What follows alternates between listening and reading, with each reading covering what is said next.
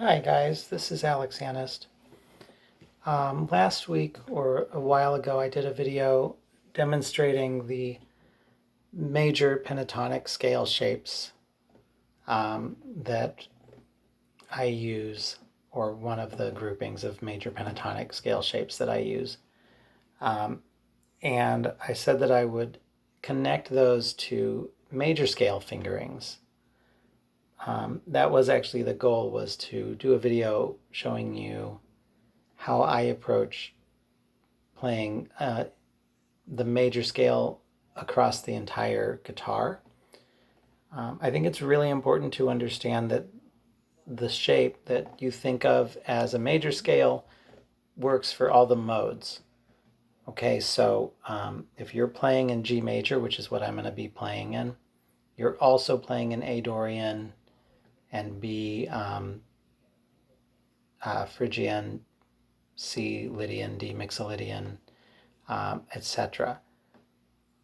But what makes you, what causes you to be in a certain mode has to do with the context of the music that you're playing. It's not just because you happen to be in a certain place on the guitar. Okay, so oftentimes people will name these scales based on the mode that would be the lowest note of the scale fingering. You have to name these scales one way or another, so there's nothing wrong with that. It's a sort of a pet peeve of mine, but I recognize that I'm kind of picky about that. I just like to be able to impart to my students that any scale fingering that you're using works for any mode that is a mode of that scale. Okay? If you have no idea what I'm talking about with modes, then that's fine. This video is not going to explain modes to you. That will be another video that I'll maybe do at some point. So the pentatonic scale I mentioned uses 1, 2, 3, 5, and 6. No 4 and no 7. So to turn our pentatonic scales into major scales, we're going to add the 4 and the 7 back in. And we're going to have 3 notes on every string, except somewhere in every scale there's going to be a place where there's only 2 notes.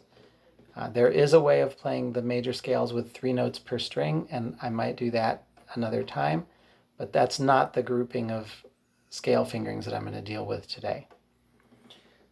So since we started the pentatonic scales on the 1, the 2, the 3, the 5, and the 6, we're going to start our major scales on those same notes. We're just going to add in the notes that we need to get a major scale. So quickly, I'm just going to demonstrate the notes that we're adding in. So G major pentatonic, 1, 2, 3, 5.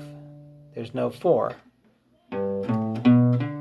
6. 1, 2, 3, 5, 6, 1. 1, 2, 3, 4, 5, 6, 7, 1. So the 4 is a half step above the 3, and the 7 is a half step below the root, a whole step above the 6. And these 2 notes that we're adding are a tritone apart.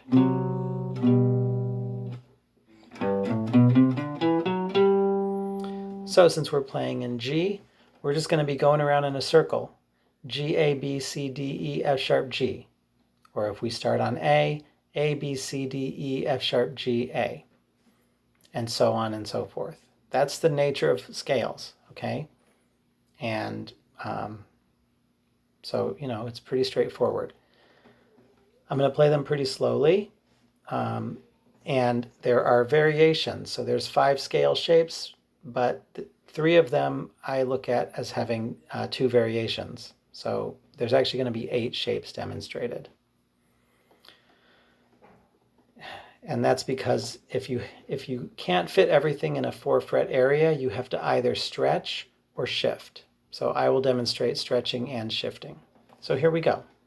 G major scale, starting on the root.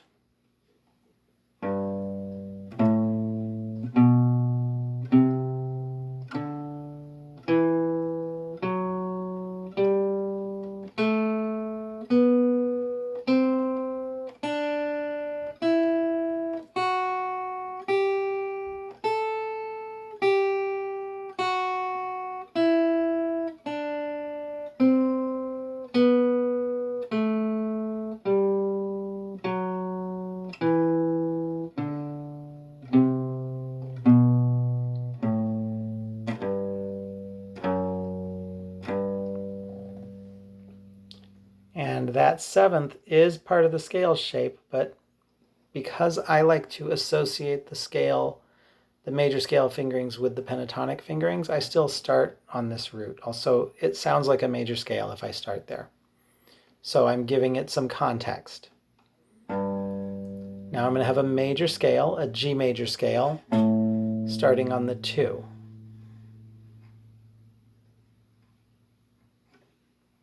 And there's still going to be half step between 3 and 4 and between 7 and 1. But since we're starting on 2, 3, 4.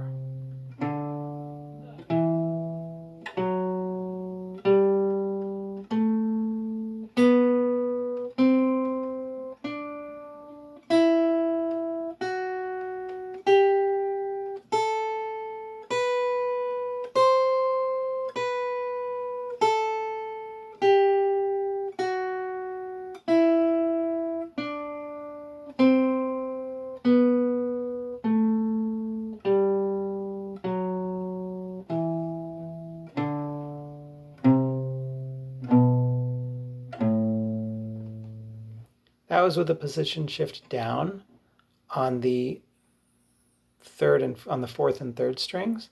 And now I'm going to do a stretch up on the 5th and 4th strings.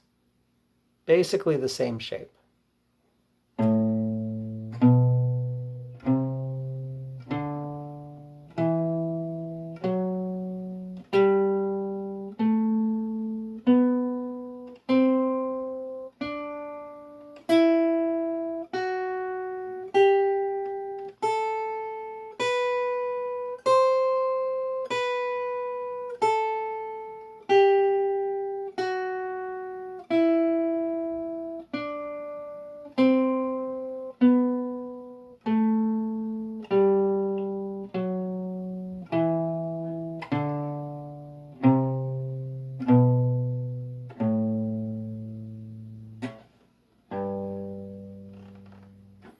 Okay,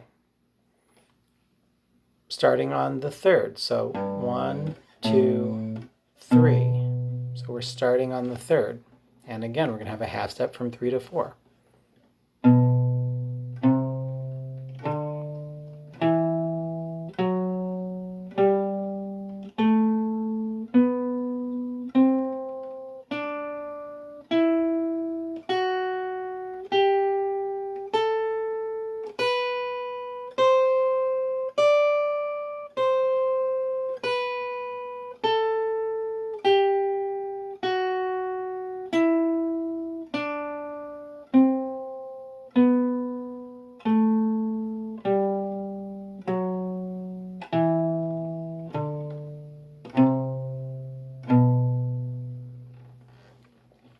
And you can see 3 and 4 are right next to each other. We're not going to start a scale on the 4th. We're going to start one on the 5th. Now that shape starting on the 3rd, it had no stretches. It had no position shifts. We use the first finger on every string. So I love that shape. It's my favorite of all the shapes because things tend to lay very well in that shape. If somebody puts music in front of me and I don't really know where to start, like if I'm sight reading or just working something out, that's a scale shape that I will often try to start on if it's possible. And then, I'll usually end up someplace else, but that's my starting point most of the time. Okay, major scale, G major scale. There's a G note, but starting on the 5th. D is the 5th of G. So, la, ti, do, right? So we're going to play the scale, and it's going to have 2 variations. Position shift up and stretch back.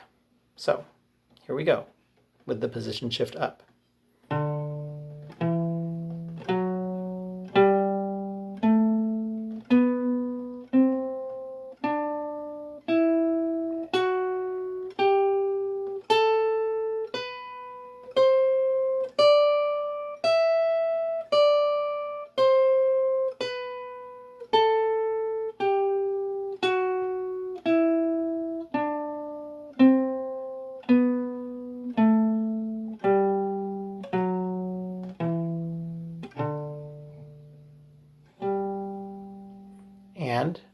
Same scale with the stretch back.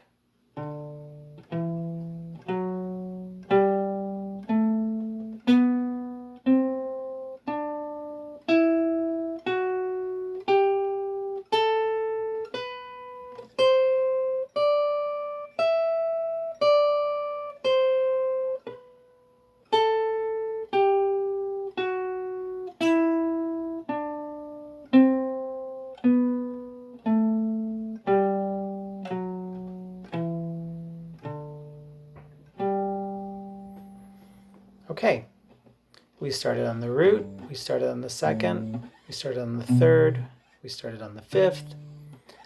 Last, we're going to start on the sixth. And again, when I learned this scale, I learned it as an E minor scale. It was a long time ago. I didn't know about relative major and minor yet. My teacher showed me an E minor scale, or probably an A minor scale, right? Because that's what we always do. We learn everything around the fifth fret when we're learning things that are movable.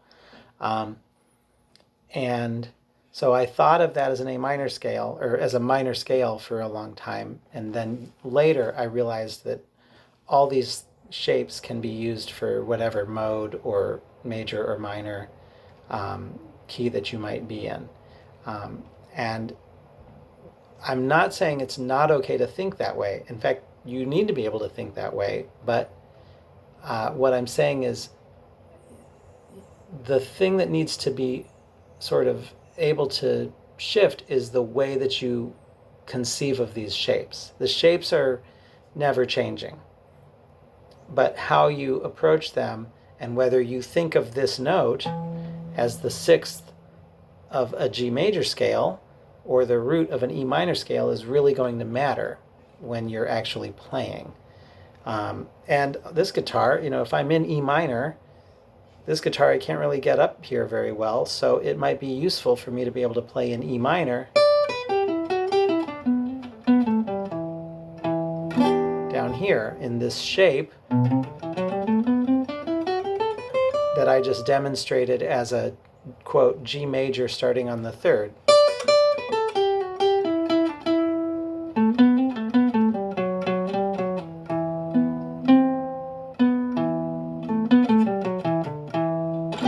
Well, it makes a great E minor scale shape.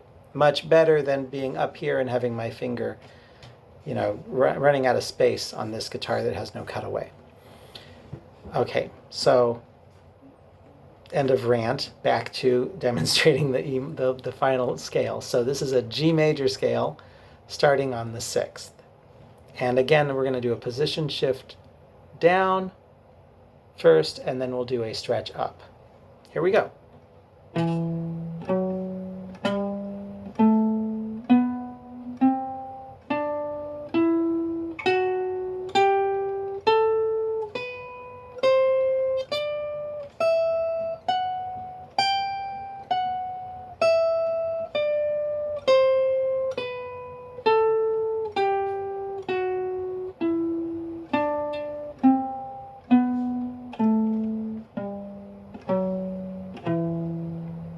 And that was pretty quick, but that's okay. You can slow the video down if you need to. Same thing, but with a stretch up, and that's going to be really tough on this guitar, but we'll do it. Here we go.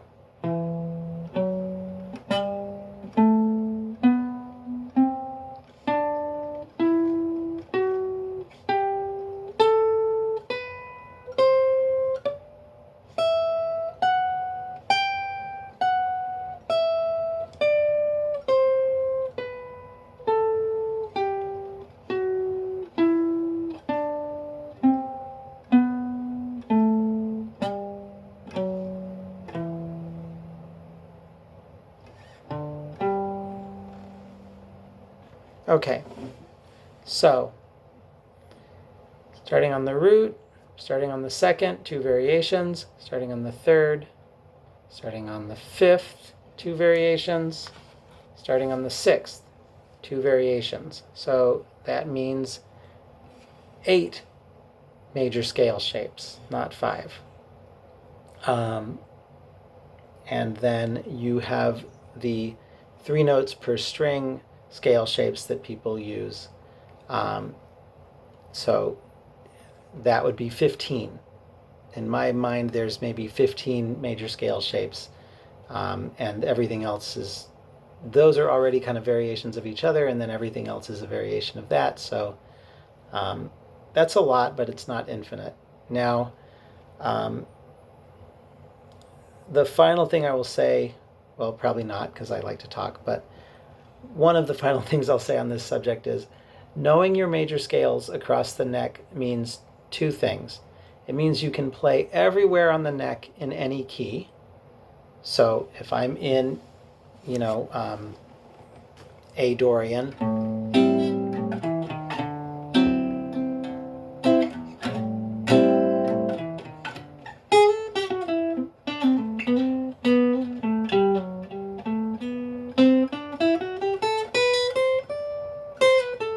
I can be up here,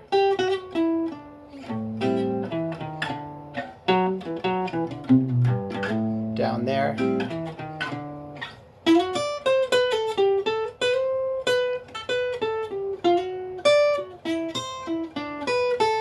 doesn't matter. I can be anywhere on the guitar, and I'm in A Dorian. I'm in A Dorian. I'm in A Dorian. Okay, or G major, or we can change keys if we need to. The other thing it means is that if the song changes key, I don't have to jump all over the guitar. So, if the song is in G major, and then switches to E flat major, I don't have to jump. If I know one scale shape, I'm going to have to move kind of far. So I might know my G major scale down here and my E flat here. So I'm not going to really be able to play something that makes sense. But I can play G major here.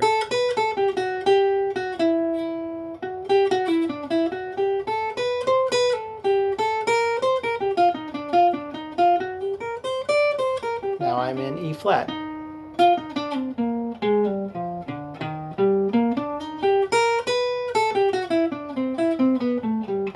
Back in G, okay? And if I go someplace else, I decide to play G major here.